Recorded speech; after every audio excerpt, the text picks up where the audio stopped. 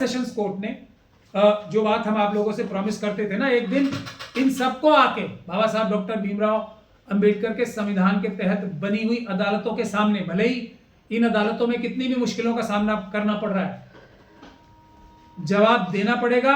इन सबको अदालत के सामने हम लाएंगे और इनकी चोरियां पकड़, जो देश की मीडिया हो, बाकी जो टेलीविजन और जितने भी मेन स्ट्रीम मीडिया अपने आप को कहलाते हैं, जिनको मैं क्रिमिनल बोलता हूं, वो तो मीडिया ही नहीं है। बिहार के चुनाव के बाद एक बहुत बड़ा मुद्दा फिर बन गया है देश में, वोट चोरी का। हम लोग पहले दिन से, जब हमने मशीनों के खिलाफ आंदोलन शुरू किया था, चुनाव आयोग का घेराव किया था, तो उस दिन से एक ही बात कह रहे हैं कि आरएसएस और बीजेपी बहुत सारे तरीके वोट चुराने के, हेरा फेरी करने के चुनाव में इख्तियार करती है, लेकिन ये सारे वोट चोरी के तरीके कम पड़ सकते हैं अगर चुनाव जो है ना मशीनों से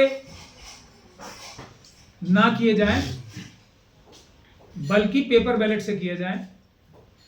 हमने ये भी कहा था कि पेपर बैलेट से चुनाव कराना आज भी और आज तक भी वो बात सही है, कानूनी रूप से सही है, और मशीनों के द्वारा चुनाव कराना कानूनी रूप से सही नहीं है। खास तौर पे जब तक section 61 capital A representation of peoples act का जो प्रावधान है उसका पालन सख्ती से ना किया जाए। लेकिन आप सब लोगों ने देखा कि मोदी जी और अमित शाह जी, आरएसएस और बीजेपी, अब यह बात बिल्कुल जाके साबित हो गई है, पूरी तरीके से साबित हो गई है, जो बात हम शुरू से कहते रहे हैं कि आरएसएस और बीजेपी, मोदी जी और अमित शाह को कुछ भी फर्क नहीं पड़ता। आप उनको वोट चोर कहो, पैसा चोर कहो, कोई उनके ऊपर इल्जाम लगाओ, कुछ भी उन्हें बोल लो, उन्हें कोई फर्क नहीं पड़ता। और ये बात हर इलेक्शन के बाद साबित होती जा रही है कि कुछ भी कर ले कोई, इलेक्शन वही जीतेंगे, जो इलेक्शन जीतना चाहेंगे, जैसे जीतना चाहेंगे वही जीतेंगे। एक चीज के लिए पूरे देश में मोदी जी और अमित शाह जी ने अपना जाल बिछा रखा है, सभी पॉलिटिकल पार्टीज के अंदर, एनजीओ के अंदर, सोशल एक्टिविस्ट के अंदर, जो बहुत बड़े बड़े हमारे सोशल मीडिया के भी जर्नलिस्ट हैं उनके अंदर भी, कि आप सब लोग सब मिलके सिर्फ एक मदद अमित शाह जी और मोदी जी की, आरएसएस और बीजेपी की कर दो।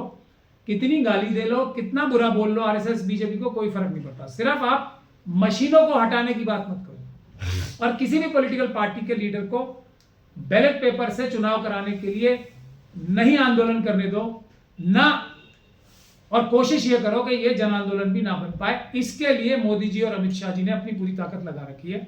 ये बात हर चुनाव के बाद साबित होती जाती है। हम लोगों ने जब 2024 के इलेक्शन से पहले आंदोलन शुरू किया था, वो आंदोलन बहुत बड़ा हो गया था।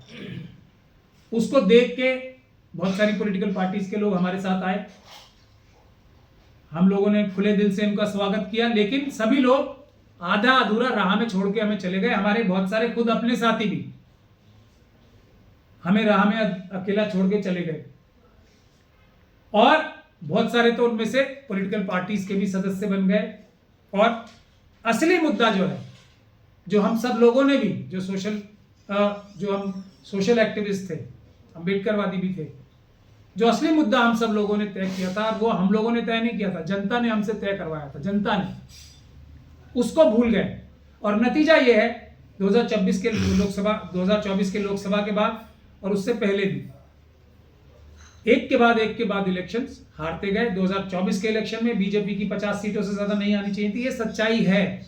इसी सच्चाई को छुपाने के लिए तरह तरह के लोग अपनी अपनी बातें कर रहे हैं। और बिहार के चुनाव में भी अभी मैं बहुत सारे ऐसे लोगों को देख रहा हूं जो हमारे जैसे लगते हैं, जर्नलिस्ट अच्छे लगते थे, हमें भी अच्छे लगते थे, वो ये कह रहे हैं कि उनके सर्वे में भारतीय जनता पार्टी की और एनडीए की 130 सीटें आ रही थी। ये है चमत्कार। हमारे जैसे जो लगने वाले लोग हैं वो भी जनता को ये बता रहे हैं कि नहीं, एनडीए चुनाव जीती थी, हाँ 70-75 सीटें एक्स्ट्रा ले गई। इससे बड़ा भी झूठ कोई नहीं हो सकता।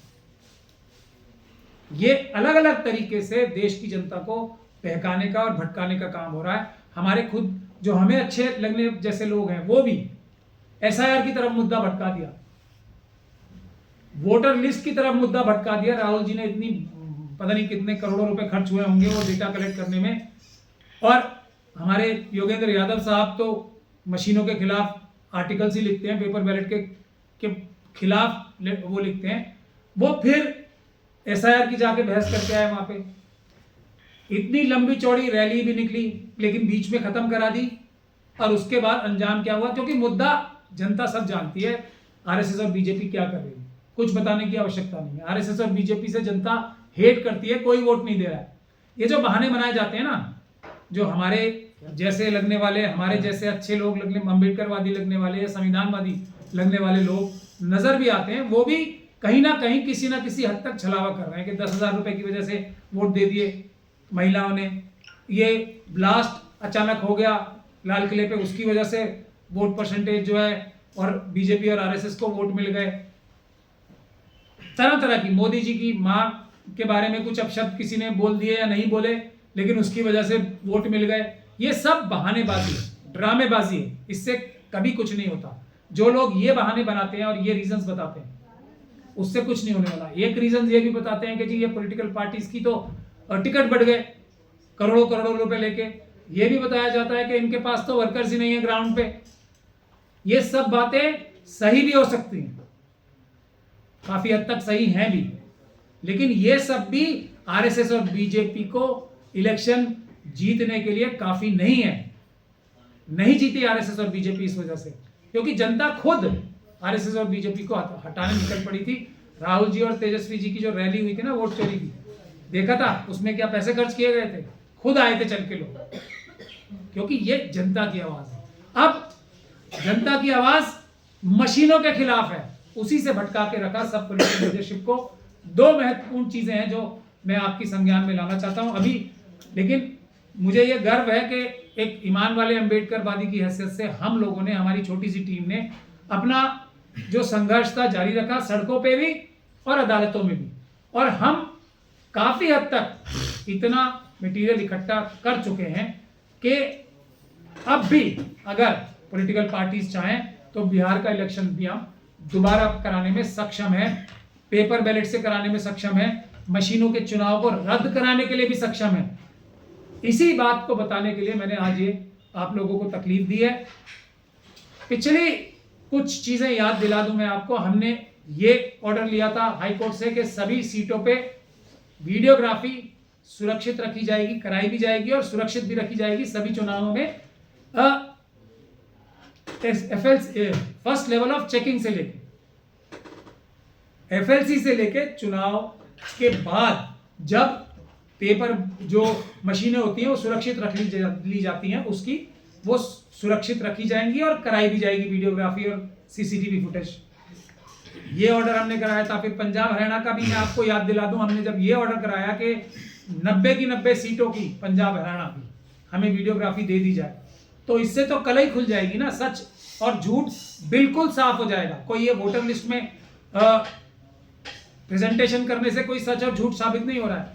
आरएसएस और बीजेपी ने और चुनाव आयोग ने बोल ही दिया कि भाई इसका क्या भरोसा है कि ये जो वोटर लिस्ट में धांधली हुई है उसमें बीजेपी को ही फायदा हुआ, हो सकता है दूसरी पार्टी के लोगों ने भी नकली वोट डाल लिए हो, जाके वोटर लिस्ट में धांधली उन्होंने भी करा ली हो।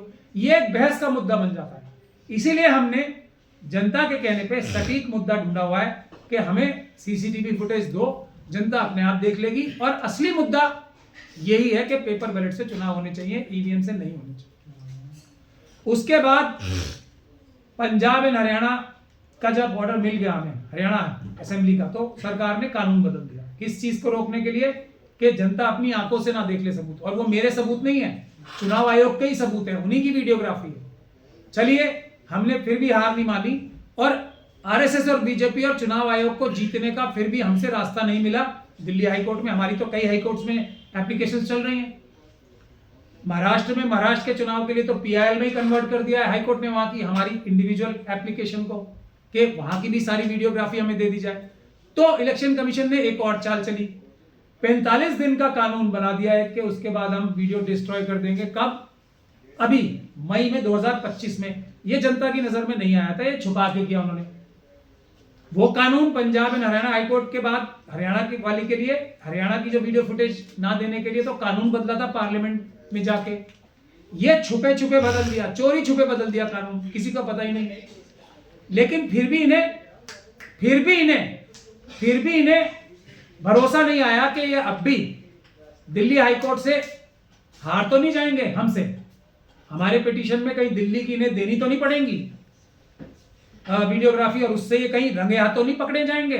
तो उन्होंने एक और काम किया, बहुत बड़े सीनियर एडवोकेट को एक लाए और ये बोला, और मैं इसको थोड़ा अपने अंदाज में कहना चाहता हूं कि हाँ, इलेक्शन कमीशन चोर है, इसीलिए जो आप सबूत मांग रहे थे ना कि दिखा दो ईमानदारी से हुए चुनाव मशीनों से या बेईमानी से, वो हमने डिस्ट्रॉय कर दी। ये तो वकील साहब ने नहीं कहा कि इलेक्शन कमीशन चोर है, लेकिन उसका मतलब तो यही है ना, सबूत कौन मिटाता है? अगर किसी के पास चोरी का सामान रखा हो तो वो उसे डिस्ट्रॉय करता है ना। लेकिन चुनाव आयोग ये भूल गया कि उसका सामना अंबेडकरवादियों से हुआ हुआ।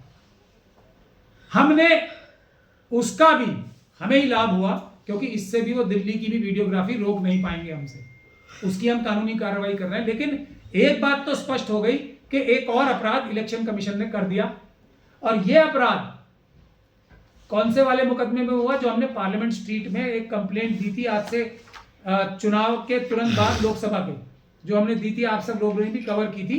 हमने 14 जून को ये जो कंप्लेंट की थी पार्लियामेंट स्ट्रीट पुलिस स्टेशन में, उसमें यही कहा था कि चुनाव आयोग मशीनों के जरिए आरएसएस और बीजेपी को फर्जीवाड़ा करके चुनाव जितवाता है, मशीनों के जरिए। तो उसके लिए अब अमित शाह साहब की पुलिस ने तो कहां ही करना था, ये खुद अपने जो सुपीरियर बॉस हैं उनको थोड़ी अरेस्ट कर लेंगे। तो उसमें हमें फिर अदालत जाना पड़ा था, मजिस्ट्रेट की अदालत से हमारा जो ये एप्लीकेशन थी एफआईआर कराने की, वो डिसमिस हुई थी। डिसमिस होने की वजह जो मेन बड़ी दी गई थी वो ये थी कि पार्लियामेंट स्ट्रीट थाने को ये ताकत नहीं है, और यहाँ के लोकल मजिस्ट्रेट साहब को ये ताकत नहीं है कि वो पूरे देश में जो लोकसभा के चुनाव में 2024 के मशीनों के माध्यम से जो गड़बड़ी हुई है उसके लिए इन्वेस्टिगेशन कर सके। तो वो हमारा केस डिसमिस जो हुआ था उसके खिलाफ हम सेशंस कोर्ट में गए थे।